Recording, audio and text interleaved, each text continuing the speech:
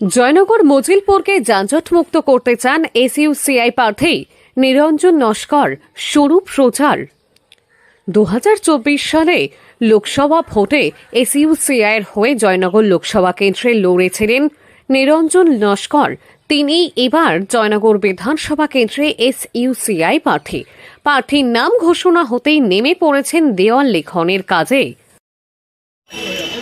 জয়নগরের একটা লড়াকু সংগ্রামী এলাকা, বহুদিনের ঐতিহ্যমণ্ডিত এই শহর এবং বিশেষ করে জয়নগর বিধানসভা দক্ষিণ 24 পরগনার একটি সংগ্রামী বামপন্থীদের জায়গা।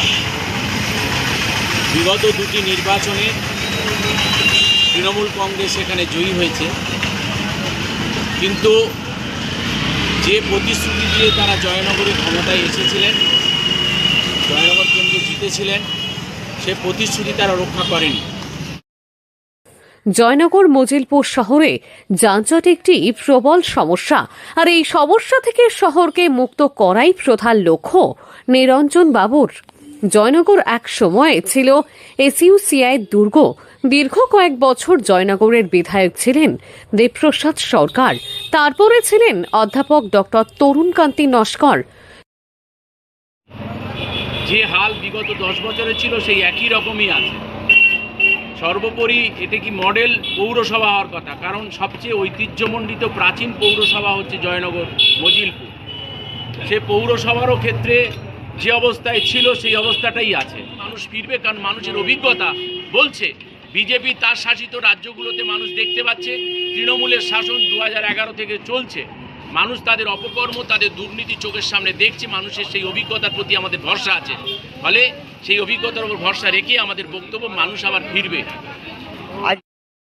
জয়নগর মজিলপুর পৌরসভা এলাকার টিলিপাড়ায় বাড়ি নিরঞ্জন বাবুর। তিনি রাজ্য এসইউসিআই দলের ট্রেড কমিটির সদস্য ও বারুইপুর সাংগঠনিক জেলার দলের সম্পাদক। নিরঞ্জন বাবু বলেন, আমি দলের পুরানো কর্মী। লোকসভা ভোটে পরাজিত হওয়ার পরেও জনসংযোগে পিছিয়ে যায়নি, তাই দল প্রার্থী করেছে। গোটা বিধানসভার মধ্যে জয়নগর শহরে ঢোকার মুখে যানজটে তিতি বিরক্ত মানুষ। শাসক দলের বিধায়ক এই ব্যাপারে উদাসীন। এই যানজট দূর করাই আমার প্রধান লক্ষ্য।